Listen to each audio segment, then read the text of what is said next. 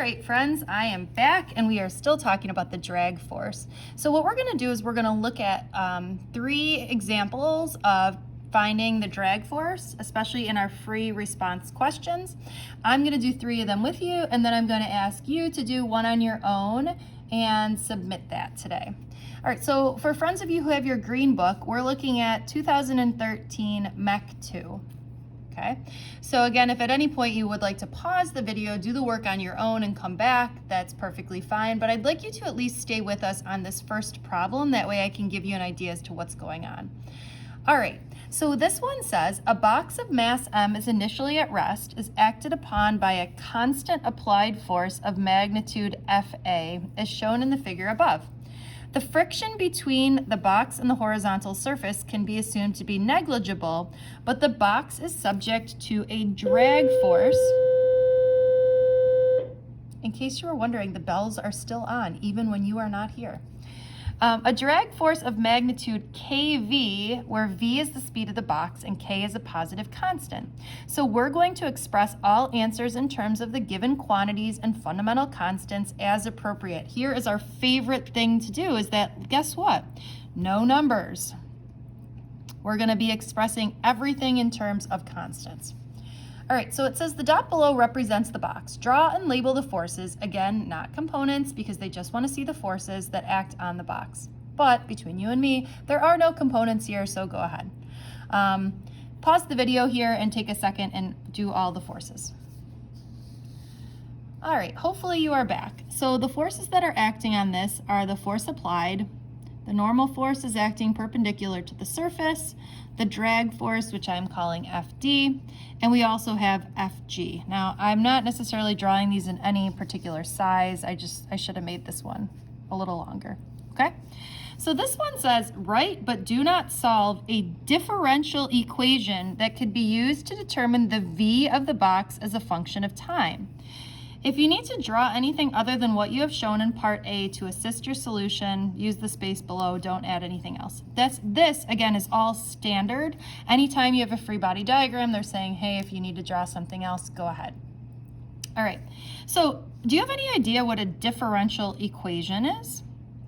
For the record, differential equations is a whole class in college. So when I went to college to become a physics major, I took Calculus 1, which is very similar to what you're taking right now. So that's like Calc A, B, or BC. Then you took Calculus 2. Then you took Calculus 3. And then you took a class called differential equations. What a differential equation is it has a derivative in there. Okay, so it's an equation that's written with a derivative. Now, we know how to write things in terms of derivatives. So let's talk about what are some things that you know, okay? So, like for example, we know velocity is equal to distance over time, right? But it could also be written as dx dt. Okay, so we could substitute in dx over dt in for the velocity and make it a differential equation. Okay, same thing with acceleration. We know that acceleration is equal to velocity over time. We could also write this as dv dt. Now, this is something that we're going to use a lot because it wants a differential equation that could be used to determine the speed. So we wouldn't want the acceleration in the equation. We would want this in terms of the velocity. So what we're going to do is we're going to use our favorite equation here, that the sum of the forces equals ma, but in the end, we're going to turn A into dv over dt in order to make it a differential equation. Okay, so let's say, for example, you were looking at a full page of equations and you're wondering which one is a differential equation. A differential equation is one that has a derivative in there. Okay? Now you're going to learn this in calc, but you're just not there yet, so I'm going to teach it to you a little sooner.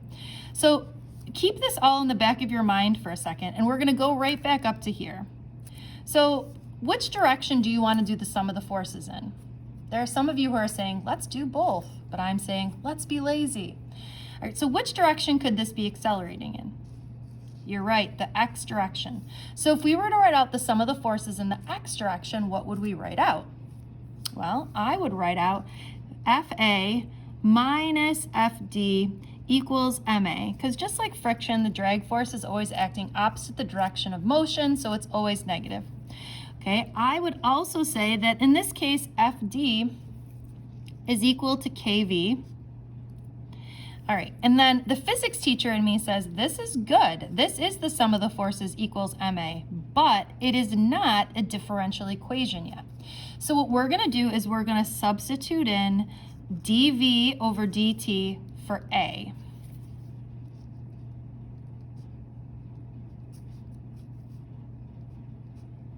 And this, my friends, is a differential equation. Okay, so, and again, what we're trying to do is we're trying to determine the speed. That's why we kept the velocity in here, but got rid of the acceleration. Okay, you might be saying to yourself, well, why don't we plug in dx over dt for the velocity? Well, because we're trying to find the velocity, so we need the velocity to still be in the equation. Does that make sense? Hopefully. Okay, so this is our differential equation. A lot of times it's going to say write but do not solve. The reason why it doesn't want you to solve this, because in order to solve this, you need to know how to take the integral of something. We're going to learn how to do that in the next couple of weeks. We're just not there yet, and you're not there in calc yet. The integral, again, is the antiderivative, and we'll be there. We're just not there. All right, now it says, determine the magnitude of the terminal velocity for the box. Okay, well, what is going on here? The terminal velocity is, if you remember, where we have no acceleration. So, also that the forces are balanced. So in part C, what we're doing is we're saying, in this case, the acceleration is equal to 0. We've hit our terminal velocity. We're going as fast as we possibly can go, and we're not going any faster ever. Okay, so in this case, these two forces are equal or balanced. Okay, or I'm going to say that FA is equal to KV. In this case, we're talking about the terminal velocity. Okay, so in order to solve for the terminal velocity, I'm going to divide both sides by K. And I'm going to get that FA over K is equal to my terminal velocity. All right, next, use the differential equation to derive the equation. Okay, as again I said, we haven't learned how to do that yet, so we're not going to do it yet. All right, on the axis below, sketch a graph of the speed of the box as a function of time. Explicitly label any intercepts, asymptotes, maximum, minimum, blah, blah, blah, with numerical values or algebraic expressions. When they say things like this tells me, I better... Bell again, sorry. I better label something on here. So what's happening to the velocity here? Well, let's start out with, where does it start? Well, it tells me up here that we start from rest. So I at least know where I'm starting. I'm starting here, okay? And I know that I am going to be accelerating until I get to some terminal velocity. Okay, so what the graph of this is going to look like, and hopefully you had the same sort of idea in your head, is that we're going to be accelerating until at some point we are going to flat line. And again, this flat line is going to represent what? You're right, the terminal velocity. So I might say here, this is my VT, my terminal velocity. Okay, because as I'm speeding up, okay, so I start this is killing me here. As I start accelerating, then all of a sudden I'm going to hit my terminal velocity. So again, we sort of have that, we're speeding up, but then we're sort of slowing down, right? Because as we approach our terminal velocity, there's no more change in our velocity, so the acceleration is going towards 0. Okay. Next one that I want to take a look at here, I'll give you a chance to flip. This one is 2008 Mech 1. The Mech stands for mechanics because you could also take the electricity and magnetism part of this course. All right, so I'm on 2008 Mech 1.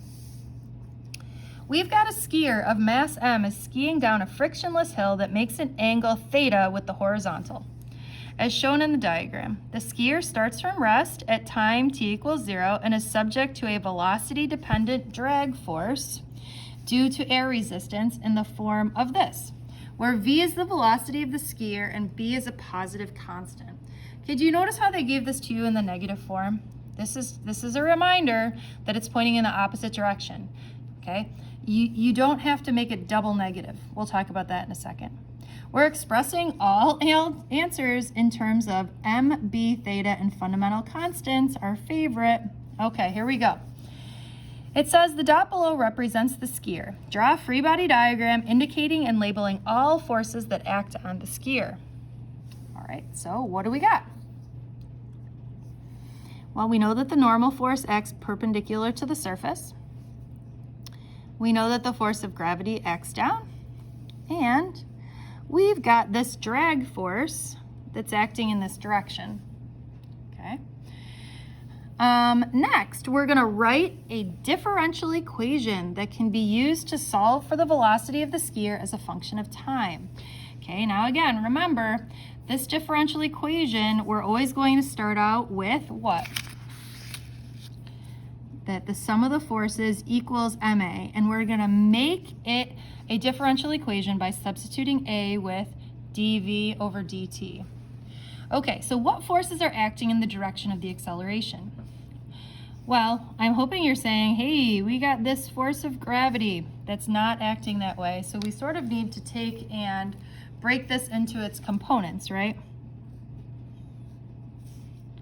Or that this guy is Fg cosine theta, and I'm running out of space here. Pulling down the ramp is Fg sine theta. So if I were to write out what forces are acting, I would have Fg sine theta pulling the skier down the ramp, and opposing that motion would be Fd. So I would get Fg sine theta minus Fd equals ma. Okay, so for me, I'm going to say that Fg is mg and Fd. Now I've already said that the drag force points opposite the direction of motion, so I don't plug in negative bv because the negative is telling us it acts opposite the direction of motion. So this is just bv. We don't make a negative negative a positive. Okay, so this is, again, where the physics stops. Then all we need to do is make this into a differential equation. And we're going to do that by substituting in dv over dt. And again, because we're solving for the velocity, so we want to make sure the velocity is in there, but the acceleration is out. Okay, and part C says, determine an expression for the terminal velocity. So hopefully you're saying to yourself, this is easy, I got this.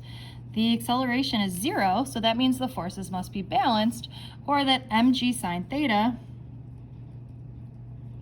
must equal bv, where this is the terminal velocity. Okay, so I can go ahead, solve both. Or that mg sine theta minus b is equal to my terminal velocity. All right, and then the last step, it says solve the differential equation. But again, we're not there yet, so don't worry about that. Okay, last one that I would like to do with you, and then I want you to do one on your own. So here I am, for those of you who have your green book, I'm on 2005 Mech 1. So this one says, a ball of mass m is thrown vertically upward with a speed of v naught. It experiences a force of air resistance given by negative kV. Again, what we're saying here is that negative means it's going opposite the direction of motion. Where k is a positive constant and the positive direction for all vector quantities is upward, we're expressing all algebraic answers in terms of m, k, v naught, and fundamental constants. Okay. So let's first talk. What's happening to the acceleration? Okay, does it increase, decrease, or remain the same as the ball moves upward? What are you thinking? Well, I think we can cross out remains the same, right? It's definitely not remaining the same because there's air resistance, right? So air resistance should be slowing the ball down, right? So if we first start out with an acceleration of negative 10 or negative 9.8 meters per second squared, but the ball is slowing us down, or excuse me, the air resistance is slowing us down, I think we can say that this is going to decrease. And again, the reason why this decreases is because the air resistance is slowing us down. All right, next thing it says, write, but do not solve a differential equation for the instantaneous speed of the ball in terms of time. So guess what we get to do? You're right. Draw a free body diagram. And we're also going to write out the sum of the forces equals ma. Okay, so where should we do this? Let me find some space here. What forces are acting and in which direction? Well, I have gravity pulling down. And which direction is the drag force acting? What are you thinking? I'm thinking that the drag force is also acting down because it says that the ball is thrown vertically upward, so it's moving upward, okay? So if we go to write out the sum of the forces in the y direction equals ma, what do we got here? I'm thinking, well, this is pointing in the negative direction, this is pointing in the negative direction. So for me, I've got negative Fg minus Fd equals ma.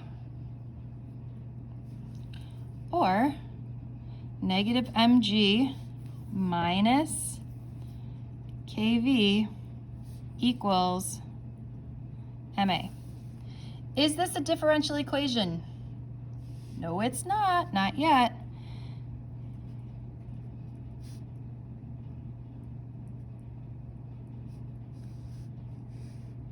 All right, we're in business now. Part C says determine the terminal velocity. Okay, well, we already said that the terminal velocity, there's a lot of writing on this paper. Okay, the terminal velocity is when the acceleration is equal to 0 or the forces are balanced, right? So we're looking for where the drag is equal to the force of gravity, okay? Or kV equals mg, or the terminal velocity is mg over k.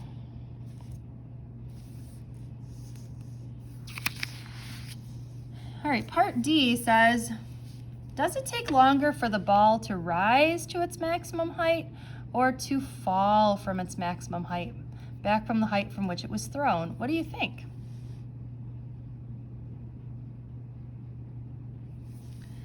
I think it's longer to fall. Basically, it's slowing down on the way up, right? So we're slowing down. So basically, it will not have as much energy to use on the way down because it doesn't go as high or as we should have, right? So I think it's going to take longer to fall. All right, and last but not least, on the axis below, sketch a graph of velocity versus time for the upward and downward parts of the ball's flight. Okay, so at some point, what's happening? Well, what I'm seeing here is the ball is going up. At some point, it's going to hit here, and then it's going to start falling down. When it's falling down, we're going to reach this terminal velocity where the drag force is equal to the force of gravity and the acceleration is 0. So we're going to start out with some initial velocity of v0, right? Because it tells us that we're starting with some vertical upward speed of v0. The positive direction for all quantities is upward. Okay, so for me, I know, all right, I'm just making this up. So let's say that this is v0. It's some time later, I don't know. We're going to say that the velocity is 0, right? Because we're going to stop at the top. And then we're going to come up with some final velocity, which it will be less than the initial velocity, some terminal velocity. So I see something happening sort of like this. Okay, this would be a straight line if there was no air resistance, but since there's air resistance, you get a little curve. And we should be, pretend this now is some sort of straight line. Okay, So again, you can sort of see that this is like, my attempt is to make this the same shape, but only obviously upside down. Can you see through the paper here? This sort of shape here. Okay, hopefully those examples made sense. What I would like you to do is to take a look at 2000 Mech 2, and you are going to do part A, part B, part C, part D, but not part E. Okay? Good luck.